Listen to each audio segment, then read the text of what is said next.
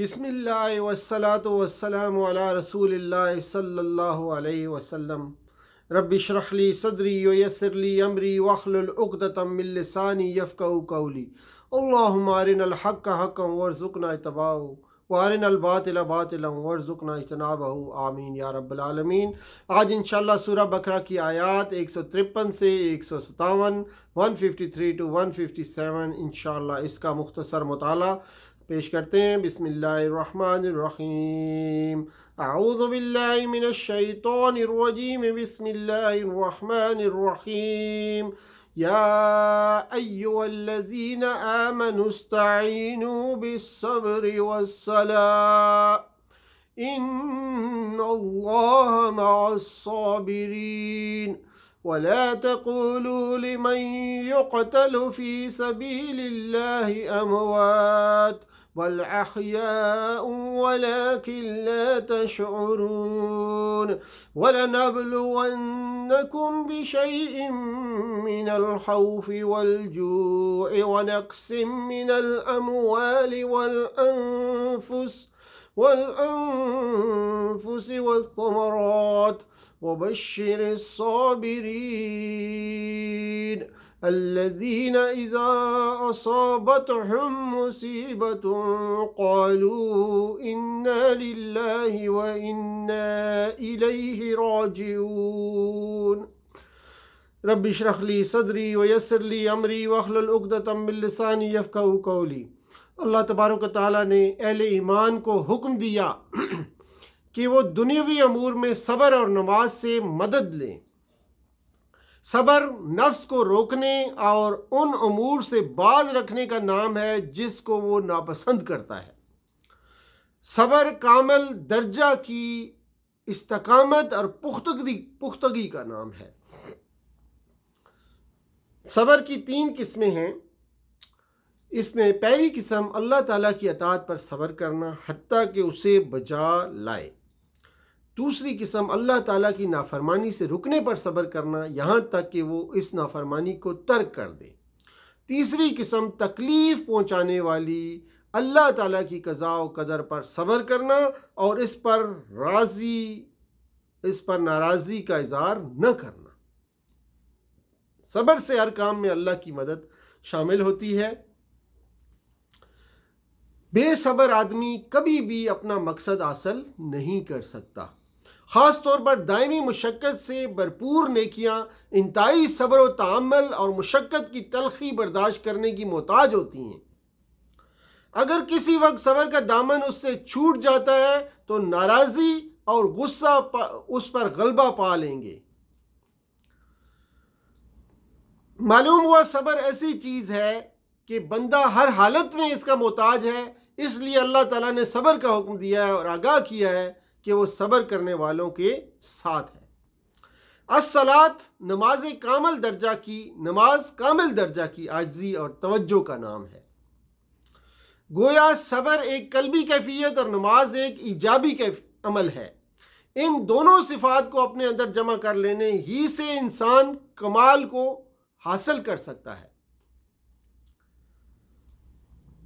اس آیت کریمہ میں تمام مشکلات اور حاجات میں اللہ تعالیٰ کی اعانت کے اصول کا ایک عظیم طریقہ بتا دیا گیا ہے، یعنی اگر ہم اللہ کی مدد حاصل کرنا چاہیں تو اس کو ایک ہی طریقہ صبر اور صلاۃ ہے۔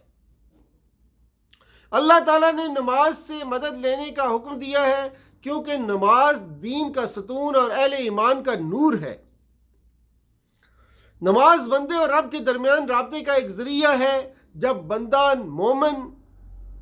مومن کی نماز کامل ہو، اس میں تمام لازمی امور اور سنن جمع ہوں، اس میں حضور قلب حاصل ہو جو نماز کا لب لباب ہے، تو بندہ مومن اپنے آپ کو اپنے رب کے حضور حاضر پاتا ہے، اور یہی نماز پھر فواحش اور منکرات سے روکتی ہے۔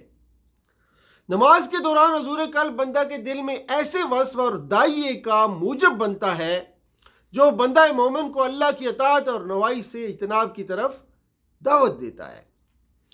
یہی وہ نماز ہے جس کے بارے میں اللہ تعالیٰ نے ہمیں حکم دیا ہے کہ ہر چیز کے مقابلے میں اس کی مدد لیں، یعنی کہ یا ایھا الذین آمنوا استعینوا بالصبر والصلاۃ ان اللہ مع الصابرین ولا تقولوا لمن يقتل فی سبیل اللہ اموات۔ چونکہ اللہ تعالیٰ نے تمام احوال میں صبر سے مدد لینے کا حکم دیا ہے، اس لیے یہاں ایک نمونہ ذکر کیا گیا جس میں صبر سے مدد لی جاتی ہے، اور وہ نمونہ ہے اللہ کے راستے میں جہاد کرنا، جو سب سے افضل بدنی عبادت ہے۔ اپنی مشقت کی وجہ سے یہ عبادت نفوس انسانی پر سب سے زیادہ گراں گزرتی ہے۔ غزوہ بدر کے بعد کچھ صحابہ کرام کی شہادت پر کفار اور منافقین نے یہ کہنا شروع کر دیا کہ ان لوگوں نے خواہ مخواہ اپنی جانیں ضائع کر دیں۔ اللہ نے بتایا کہ یہ جانیں ضائع نہیں ہوئی ہیں بلکہ حیات جاوداں پا گئی ہیں، لہٰذا انہیں مردہ مت کہو۔ یہ معلوم ہے کہ عقل مند شخص اپنی محبوب چیز کو اس وقت چھوڑتا ہے جب اس کو اس سے بڑی اور اس سے بہتر کوئی محبوب چیز حاصل ہونے کی امید ہوتی ہے۔ تو اللہ نے خبر دی کہ تم میں جو شخص بھی اللہ کا کلمہ بلند کرنے کے لیے اس کے راستے میں مارا جاتا ہے تو وہ مرتا نہیں ہے بلکہ اسے اس سے زیادہ عظیم اور کامل زندگی حاصل ہوتی ہے، البتہ اللہ کی خدائی میں وہ ذرا برابر کا شریک نہیں بنتا۔ وَلَا تَقُولُوا لِمَنْ يُقْتَلُ فِي سَبِيلِ اللَّهِ أَمْوَاتٌ بَلْ أَحْيَاءٌ وَلَكِنْ لَا تَشْعُرُونَ وَلَنَبْلُوَنَّكُمْ بِشَيْءٍ مِّنَ الْخَوْفِ وَالْجُوعِ۔ ابتلا کے دو مفہوم ہیں۔ نمبر ایک یہ کہ اس کے حال سے واقفیت حاصل کرنا، دوسرا یہ کہ اس کی خوبی اور نقص کو ظاہر کرنا۔ دو مفہوم ابتلا کے۔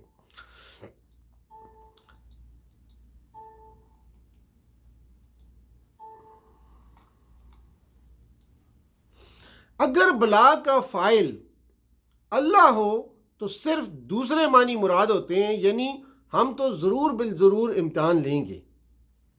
وَنَقْصٍ مِّنَ الْأَمْوَالِ، اور کچھ مالوں کی کمی سے، اس میں وہ تمام کمی اور گھاٹا شامل ہے جو اہل ایمان کو آفات سماوی، سیلاب میں بہہ جانے، سمندر میں غرق ہونے، ظالم حکومتوں کے مال چھین لینے، راہزنوں کے ڈاکہ ڈالنے سے پیش آتے ہیں۔ الخوف ہر قسم کے جانی اور مالی اندیشے، ہراس، الجوع بھوک اور پیاس،